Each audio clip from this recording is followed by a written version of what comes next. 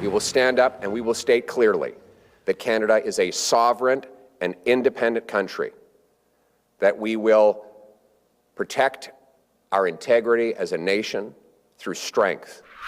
Conservative leader Pierre Poilievre there responding to U.S. President-elect Donald Trump's threat to annex Canada through what he called economic force. Those remarks roiled many Canadian leaders this week, including Ontario Premier Doug Ford, who went on Fox News Tuesday to respond. President-elect Trump is a real estate tycoon. He's made billions, but that property's not for sale. As simple as that. But I have a better idea, Jesse.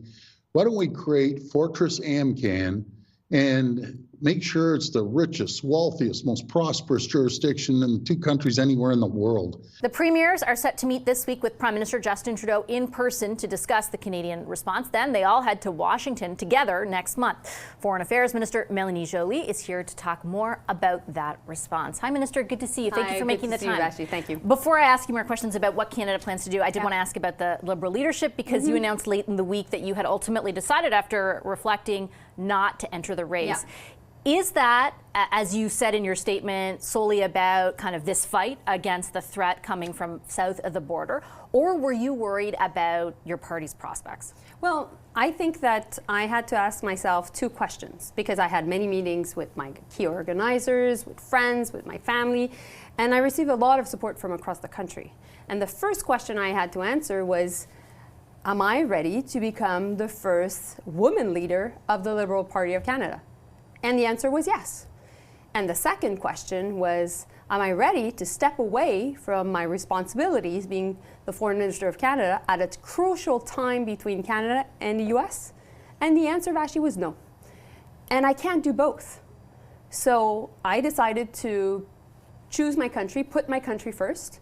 And based on that, I'm going to Washington next week. And we're working on not only a plan, but really what will be our actions based on what our strategy is on the U.S. And I do want to know more about the strategy. I guess I just want to ask again, though, because I think, you know, the question a lot of Canadians will have about who ultimately comes in and comes out is, do people want to run for the leadership of a party that is doing as poorly as yours in public opinion polling right now? Like, if there were an election tomorrow, and I know a lot can change, but if there were an election tomorrow, there are some polls that even show your seat would be competitive for other parties. So not about Hans but I mean, so was LaSalle, right? 6 months ago. Who knew? No, you can't compare. But listen, I think that when it comes to are you worried about the prospects for your party? Well, first and foremost, when it comes to becoming the Prime Minister of Canada, there are 3 files that are really fundamental that Canadians look at, and they will see whether that person is ready to lead the country and run the government. It's the economy, it is the Canada-US relationship, and it is national unity, including Quebec. And I know well these 3 files. Now, when it comes to what is going to be the ballot question of the next election, it will be about Canada-US. It will be about that threat right now, and maybe the imposition of tariffs by Donald Trump, and how as a country we defend our workers, how we react to that economic coercion, and how we ultimately can stand up for Canadians. And take your point about if those tariffs are applied, for example, the degree to which that would be on Canadians' minds when they vote.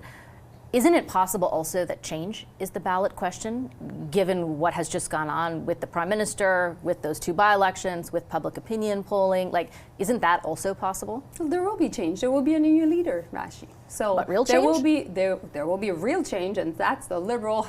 Are you sure? Because the Conservative slogan is just like Justin. Yeah, but that's their narrative. But it's working for them. Well, you know, now we have somebody that is coming in. But what the Conservatives are doing is they're playing petty politics on the back of Canadians. Because what we need to do right now, when it comes to Canada-US, it is we need to be united. We need to put the country first. Every single leader in politics right now should be putting country first. Isn't there an argument to make, though, that the Prime Minister has not put Canadians first? I mean, ultimately, he took so long to make the decision he did that he he is in a placeholder as a prime minister for two of the most important months, as you point out, in our country's history as far as the economy at the very least goes.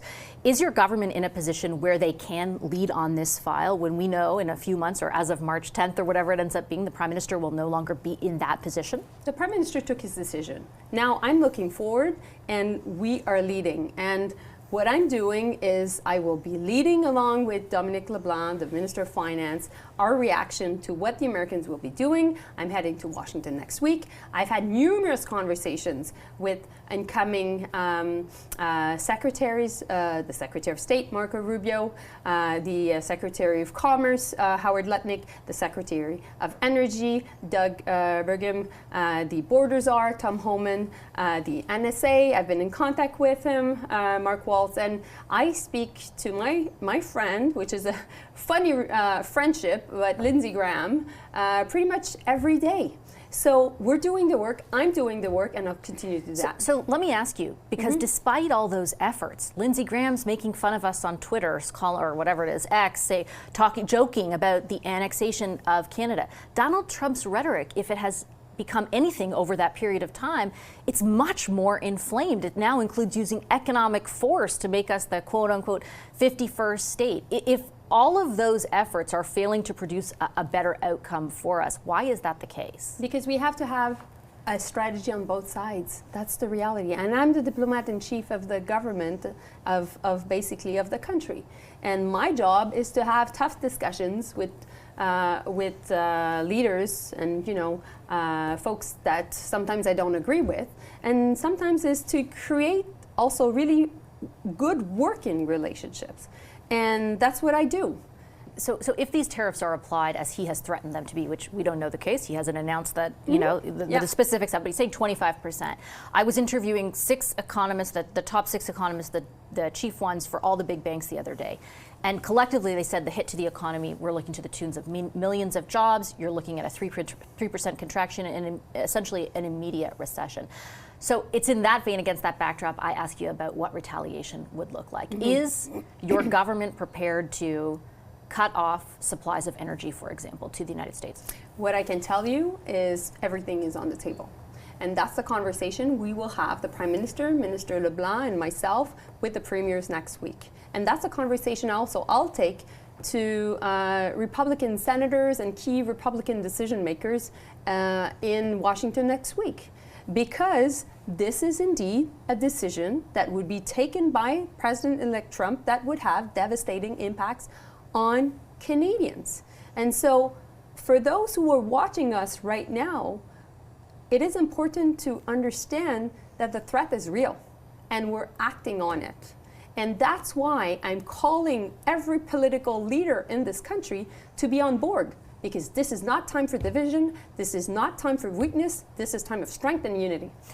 I guess I would just ask, though, if you are coming from, because it's not just the Conservatives, it's all the opposition parties, and the issue is they're becoming even more critical because they would argue, I think, the Prime Minister has put the country in this spot by making the decisions he did when he did it. I'm not saying it's not your decision to make, obviously, but he is the leader of your party. By waiting until when he did, we're in a more vulnerable place where no one is really sure of exactly what's going to happen or what your government is going to pursue. Can you impart a sense of confidence on Canadians that your government can navigate this despite the weakened position we find ourselves in? Let's not fall into the narrative that Canadians were looking for this, that Canadians did anything wrong to attract any form of tariff threats.